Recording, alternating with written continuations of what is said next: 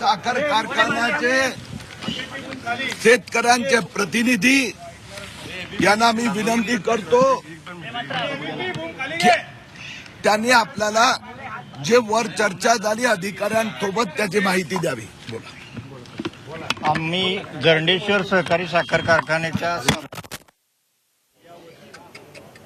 ETV Bharat Patil ETV Bharat Patil More अरे कोणी mega Bhajap नेते किरीट सोमय्या ईडी कार्यालयात काही वेळापूर्वी गेले होते. शेतकऱ्यांसोबत सोमय्या ईडी कार्यालयामध्ये गेले. तिथे त्यांनी तक्रार दाखल केली आणि त्या जरंडेश्वर साखर कारखान्याप्रकरणी तक्रार दाखल केल्यावर ते पत्रकारांशी बोलतात. यावेळेला त्यांच्यासोबत शेतकरी सुद्धा उपस्थित आहेत. उपमुख्यमंत्री अजित पवार यांच्या निकटवर्तीयांच्या मालकीचा जरंडेश्वर कारखाना आहे. हा शेतकऱ्यांच्या मालकीचा आहे. तो शेतकऱ्यांना मिळाला पाहिजे. कारखान्याचा ताबा या सगळ्या शेतकऱ्यांना द्या यासाठी म्हणून सोमय्या या ठिकाणी गेले होते. जवळपास 27,000 शेतकऱ्यांचा या कारखान्यावर हक्क आहे.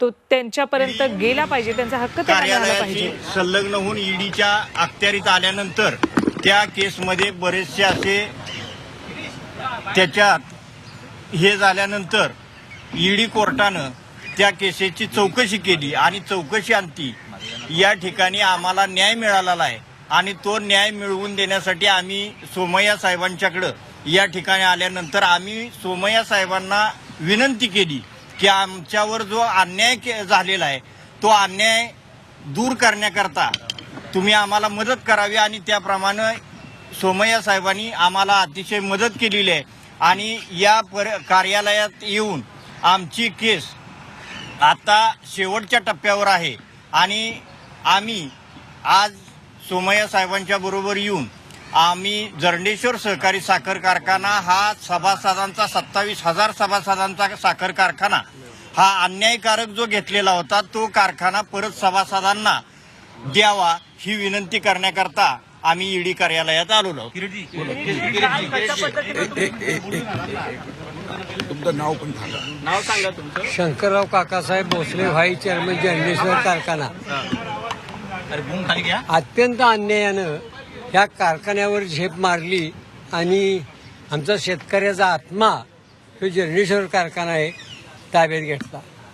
पुष्कळशा प्रयत्नानंतर आमच्या आणि सोमय्या साहेबांना आम्ही विनंती केली. सोमय्या साहेबांनी आमच्या विनंतीला मान दिला आणि आमच्याबरोबर ह्यांच्या प्रयत्नात त्यांनी जे जे सांगितले कागदपत्र ते आम्ही सगळे दिले आहेत. आम्ही आत्ताच निवेदनवरती दिलं आहे आणि हे निवेदन आता न्यायालयात द्यायला सांगितलेलं आहे आणि इथलं काही हरकत नाही. आम्हाला थोडक्याच दिवसात आमचा जरंडेश्वर कारखाना आम्हाला परत मिळेल याची खात्री आमच्या आज 100% झाली आहे आणि आमचा शेतकऱ्याचा कारखाना आमच्या शेतकऱ्याच्या ताब्यात मिळणार आहे. पण अजितदादा म्हणतात असं कुठलाही गैरप्रकार झालेला नाहीये.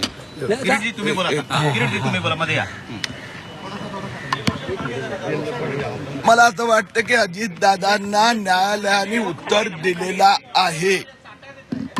पहिली गोष्ट अशी की ईडीने काही महिन्यापूर्वी जप्त केला आणि ती जी जप्ती हे कोर्टाने कन्फर्म केली.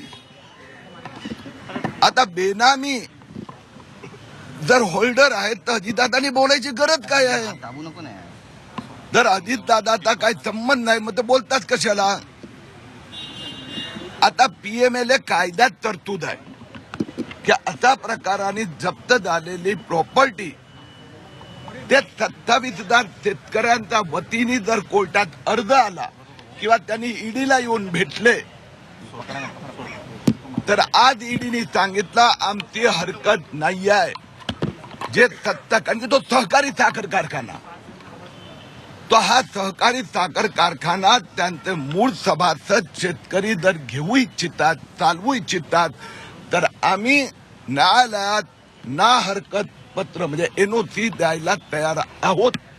यांनी पण त्यांना निवेदन दिलं आहे. आता हे लोक पीएमएलए कोर्टात अर्ज करणार मग त्या अर्जाची सुनावणी होणार त्यावेळी ईडीने सांगितलं आम्ही आमची संमती देऊ.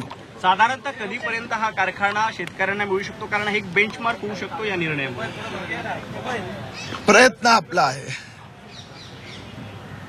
आणि त्यामुळे आता मला असं वाटतं की आता यांच्याशी मी चर्चा करत होतो यांना अर्ज करण्यासाठी एखाद महिन्याचा वेळ लागू शकतो कारण की अनेक सभासदांच्या सह्या घ्यावा लागणार.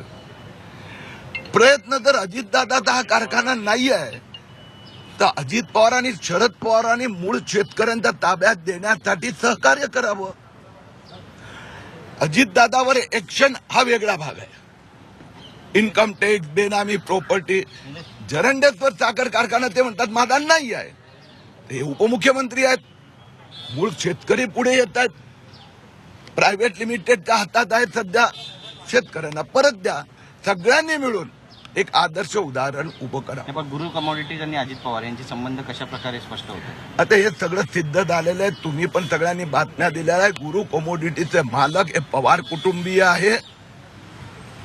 त्यांचं शेअर होल्डिंग 17 कंपन्या लेअरच्या 12 त्यांचं आहे. तर मी पण अनेक वेळा तुम्हाला सांगितलं आहे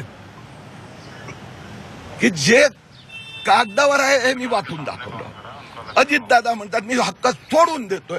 चांगली गोष्ट आहे, त्यांचं स्वागत करतो. शेतकऱ्यांना देऊन टाका. किरीटजी INS विक्रांत प्रकरणी INS विक्रांत ठेवण्याची तयारी दाखवली. काय तुम्हाला आश्वासित केलंय? कसं हे प्रकरण पुढे ठेवलं आणि शेतकऱ्यांना तो कारखाना मिळावा यासाठी? आता कायद्यात तरतूद संसदेने केली आहे. म्हणजे शरद पवार पण त्यात सहभागी आहेत.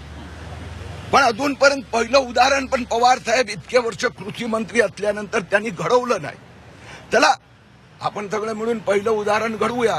कायद्यातली तरतूद काय मोदी साहेबांनी नवीन कायदा आणायचा नाही, कायद्यात बदल करायचा नाहीये. तरतुदीप्रमाणे तो परत देण्यासाठी पवार कुटुंबियांनी शेतकऱ्यांना मदत करा. किरीटजी INS विक्रांत प्रकरणी शिवसेना आज तुमच्या विरोधात आंदोलन करते आणि एकीकडे तुमच्यावरती तक्रार देखील दाखल झालेली आहे. गुन्हे पण दाखल झाले, तुमच्या अडचणी वाढल्या. बॉम्बे पोलिसांनी मेले आहे ना. मला असं इतकं हसायला आलं. ती FIR ची कॉपी तुमच्यामुळे मला मिळाली. आम्ही धन्यवाद देतो मीडियांना. देत नव्हते मला. तिथले पोलीस इन्स्पेक्टर इन्चार्ज आणि तिथला इन्चार्ज सकाळपासून टोप्या लावत होते. आता मिळाली ती मी वाचल्यानंतर एवढं हास्यास्पद काम फक्त उद्धव ठाकरेच करू शकतात. आपण ती FIR वाचत. हास्यास्पद कशी आहे? हास्यास्पद कशी आहे? सर 2000 रुपये ते जर तुम्ही ती जर FIR वाचली तर एका नागरिकांनी तक्रार केली. त्यात तिला 58 कोटी रुपयाचा गैरव्यवहार झाला असं मी वर्तमानपत्रातून वाचलं. असा आधारावर उद्धव ठाकरे 420 नंबरचं सेक्शन लावतात आणि त्यांची पोलीस पण अशी लावते. त्यात एक कागद नाही, दमडीचा कागद नाही, एक पुरावा नाही, माहिती पण नाही. 58 कोटी जमले. संजय राऊत बोलता तो बोलून गेले की किरीट सोमय्याचा पोरगा नील सोमय्याच्या खात्यात ट्रान्सफर झाले. 4 बिल्डर होते, मनी लॉन्ड्रिंग केलं. अशाच पद्धतीने संजय राऊतनी सांगितलं होतं 7,500 कोटी रुपये किरीट सोमय्याने अमित शहाला पोचवले. काय झालं पुढे? व राऊत साहेब काय झालं? त्यांनी सांगितलं पालघरच्या जमिनीमध्ये 260 कोटी रुपये ED डिरेक्टर, जॉईंट डिरेक्टरनी. काय झालं पुढे? त्यांनी सांगितलं तो कोण मनवानी की कोण जे काय आहे नवलानी. एवढे मोठी लिस्ट दिली. SIT 1-1.5 महिना झाला SIT. काय झालं पुढे? त्यांनी सांगितलं की राकेश वाधवान नील सोमय्याचा पार्टनर आहे. काय झालं पुढे? त्यांनी सांगितलं वसईचा प्रॉपर्टी 426 कोटी रुपये वाधवांनी दिले. काय झालं पुढे? म्हणजे काय नौटंकी चालली आहे. ज्यावेळी संजय राऊतांना वाटलं की माझी प्रॉपर्टी अटॅच झाली, उद्या मला अटॅच केलं तर काय, त्यावेळी किरीट सोमय्यावर माझी काही हरकत नाही. मी सांगितलं होतं चौकशी करा. 58 कोटी जरा नाही पण किती रुपये जमा झाले होते? रक्कम किती जमा झाली होती आणि त्याचं पुढे काय झालं? मग किरीटबाई रक्कम किती जमा झाली होती आणि त्याचं पुढे काय झालं होतं? काही अशी अमाऊंट आहे काही जमा झाली होती?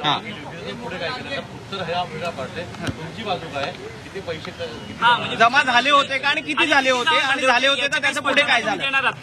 साहेब 10 वर्ष झाले. 10 वर्षानंतर संजय राऊतनी काल आरोप केला म्हणून आपण हा प्रश्न उपस्थित झाला. कोणी प्रश्न उपस्थित केला नव्हता. बरोबर आहे. तर संजय राऊतनी हा 17वा 18वा आरोप केला. आता चर्चा त्यांच्या आरोपाची आहे. आता चर्चा आणि हा का आरोप आला? कारण की त्यांची प्रॉपर्टी जप्त झाली म्हणून फार स्पष्ट आहे विषय. तर दुसरं काय असेल तर करावं ना. जे जे वेगवेगळ्या संस्था आहेत तिथे विचारा. संजय राऊतांनी ही कंप्लेंट केली. त्यांनी सांगितलं. आणि संजय राऊत हे शिवसेना पार्लमेंटरी पार्टीचे नेते आहेत. त्यांनी सांगितलं 58 कोटी खाल्ले, 4 बिल्डरच्या थ्रू डायव्हर्ट झाले. म्हणून संजय राऊतांनी याचे डॉक्युमेंट द्यावे आणि उद्धव ठाकरेंनी स्पष्टता करावी. एक लाईन लिहिली की पेपरात ते आलं म्हणून 420. नाही पण त्यावेळेला निधी जमा संजय झाला राऊत म्हणतात की होता. निधी गेला आधी होता. आकडे द्या, त्यानंतर पेपर ते देणार, पैसे पुरावे कुठे गेले? देणार. कारण त्यावेळेला आधी निधी पैसे जमा झाला कुठे होता किती का आणि घेतले झाला सांगा, होता तो त्यानंतर किती झाला पुरावे होता देणार. आणि तो पुढे कुठे गेला हा साधा प्रश्न आहे. असा साधा प्रश्न आहे. साधा उत्तर संजय राऊतांनी दिलं आहे की निधी 58 कोटी झाला होता. उत्तर उद्धव ठाकरेंनी दिलाय. बघा आता तुम्हाला मला नाही राहिला को तुमचा प्रश्नाचा उत्तर 1 मिनिट. उद्धव एक नाही, मी नाही नाही तुमच्याकडे आला होता का निधी? नाही, त्यांनी मला विचारलंच नाही हा, आणि डायरेक्ट FIR दाखल केली. बरोबर. डायरेक्ट आणि 420 नंबरचं कलम लावलं. म्हणजे उद्धव ठाकरेला पोलिसांनी लावली ना, तर त्यांनी उत्तर द्यावं लागणार. त्यांनी माझा 1 मिनिट दादा आता नाही. अरे बाबा ते तो कोर्टात येणार ना. आता तर पोलिसांनी मला अटक करण्यासाठी ते हे लावलंय सेक्शन. तर पोलिसांनी सांगावं लागणार 58 कोटी आकडा कुठून आणला. त्याचं उत्तर येऊ द्या. किरीटजी, तुम्ही चौकशीला सामोरं जाणार आहात की अँटिसिपेटरीसाठी जाणार? नेमकी आता पुढची कायदेशीर लढाई तुमची कशी असणार? तुमची कायदेशीर लढाई कशी असेल? सर आप आज ईडी में गए हैं, ईडी में एक कायदेशीर लढाई कशी असणार? पुढचं पाऊल काय असेल? 1 मिनिट हाता उत्तर देऊन थोडं हिंदी बरं नाही. आता हे कायदेशीर लढाई नाही. उद्धव ठाकरेंनी किरीट सोमय्या, नील सोमय्यांना अटक करण्याचं वॉरंट काढलंय. कारण की हा सेक्शनचा अर्थ तसा आहे. त्यांनी आम्हाला बोलवले नाही, आम्हाला हेही प्रश्न विचारले नाही. किती दमले, कुठे दमले होते की नाही दमले होते, हा माणूस कोण आहे, काही नाही. त्याने चार्जशीट मध्ये FIR मध्ये लिहिलं आहे 58 कोटी. आता उद्धव ठाकरेंनी उत्तर द्यावं लागणार. आम्ही पोलिसांना हाच प्रश्न विचारला. हे 58 कोटी तुम्ही माझ्यावर आरोप केले आहेत आणि म्हणून हे सेक्शन लावल्या. आता ती चर्चा संपली ना दादा. आता मला गुन्हेगार केलाय तर त्यांच्याकडे माहिती असल्याशिवाय कसं करणार? नाही तर उद्धव ठाकरेंनी सांगावं की तू खूप बोलतोय म्हणून मी पोलिसांचा माफियासारखा उपयोग केला. उत्तर आता उद्धव ठाकरेंनी द्यावं लागणार. 58 कोटीची माहिती त्यात का दिली नाहीये? हे कुठला अभी आपण हिंदीत बोलू. सर हिंदी में आज आप ईडी दफ्तर आए थे, क्या कुछ मुद्दे उपस्थित किए आपने? आज जरंडेश्वर चीनी कारखाना के किसानों के साथ मैं ईडी से मुलाकात की. 1200 करोड़ का ये कारखाना पवार परिवार ने गैर कानूनी रीत्या अपने कब्जे में रखा है. उनके संचालकों ने ईडी को आवेदन दिया है कि वो कारखाना अभी उनके कब्जे में चलाने के लिए दिया जाए. ईडी ने पॉजिटिव रिस्पांस दिया है. अब ये जो किसान है उन्होंने न्यायालय में एप्लीकेशन करनी पड़ेगी, जिसको ईडी नो ऑब्जेक्शन सर्टिफिकेट देगी. यह जो है ये PMLA कानून में प्रावधान है, लेकिन 15 साल से कृषि मंत्री शरद पवार ने इसका उपयोग नहीं किया. मैं पवार परिवार से प्रार्थना करूंगा कि जब अजीत पवार कहते हैं मेरा कोई संबंध नहीं, मेरे परिवार का संबंध नहीं है, तो दूसरा कोई बदमाश 27,000 किसानों का कारखाना लेके भाग गया है, तो पवार साहब आप भी इनके साथ में खड़े रहिए. और हिंदुस्तान में पहला उदाहरण किसानों का कारखाना 27,000 किसानों को वापस. ठीक है सर, एक जो इसी मामले में ईडी ने जो है इस कारखाने को जब्त भी किया था, सीज भी किया हुआ था, और अजीत पवार की भूमिका भी उभर कर सामने आई. ऐसा है कि ईडी ने जब तक किया, PMLA कोर्ट में कोई चैलेंज करने नहीं आया. अब PMLA कोर्ट ने इसको कंफर्म भी कर दिया, तो अभी ईडी की जिम्मेदारी है कि वो योग्य संस्था को वापस चलाने के लिए दे. ओके. सर एक सवाल आपसे ये भी है, जो आपके ऊपर FIR दर्ज किए गए हैं ट्रॉम्बे पुलिस स्टेशन में, आरोप लगाया संजय राउत ने कि 58 करोड़ जो है आपने... मुझे उद्धव ठाकरे के प्रति हंसी आती है. संजय राउत ने अभी तक 7,500 करोड़ रुपया अमित शाह को किरीट सोमैया ने दिया. उद्धव ठाकरे ने एसआईटी नियुक्त की, क्या हुआ उसका? संजय राउत ने दूसरा आरोप किया कि पालघर की सोमैया परिवार की जमीन में ईडी के डायरेक्टर ने 260 करोड़ रुपए इन्वेस्ट किए, 2.5 महीने हो गए, क्या हुआ उसका? उद्धव ठाकरे और संजय राउत ने आरोप किया राकेश वाधवान सोमैया का पार्टनर है, क्या हुआ उसका? उद्धव ठाकरे और संजय राउत ने कहा वसई में किरीट सोमैया की बेटे की कंपनी में राकेश वाधवान ने 418 करोड़ रुपए दिए, आपने जांच की, क्या हुआ उसका? संजय राउत उद्धव ठाकरे ने कहा जूहू में 100 करोड़ की जमीन में 15 करोड़ किरीट सोमैया ने खाया, आपने सब में पुलिस की एसआईटी बिठाई। उद्धव ठाकरे साहब, हुआ क्या? यानी इसका अर्थ यही हुआ ना कि ठाकरे सरकार के एक एक घोटाले बाहर आ रहे हैं तो स्टंट करना।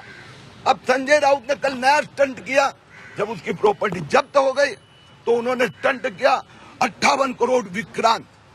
और उद्धव ठाकरे साहब की पुलिस ने रात को 1:04 को एफआईआर दर्ज कर दी, कॉपी भी मुझे नहीं दे रहे थे। और वो एफआईआर में है क्या? 1.5 पेज की एफआईआर में एक प्रूफ नहीं, एक तारीख नहीं, एक कंपनी का नाम नहीं, सिर्फ इतना ही शिकायतकर्ता ने लिखा है कि वे अखबार से मुझे पता चला कि किरीट सोमैया ने 58 करोड़ रुपए खा गए। संजय राउत ने कल कहा था कि 4 बिल्डर के द्वारा मनी लॉन्ड्रिंग करके नील सोमैया की कंपनी में 58 करोड़ जमा हुए हैं। उसके आधार पर उद्धव ठाकरे ने मुझे गुनहगार बनाया है। मैं उद्धव ठाकरे जी को कहना चाहूंगा, भैया वो 58 करोड़ आपने जो लगाए हैं वो कौन से बिल्डर कहाँ गए, उसकी जानकारी दो। सर एक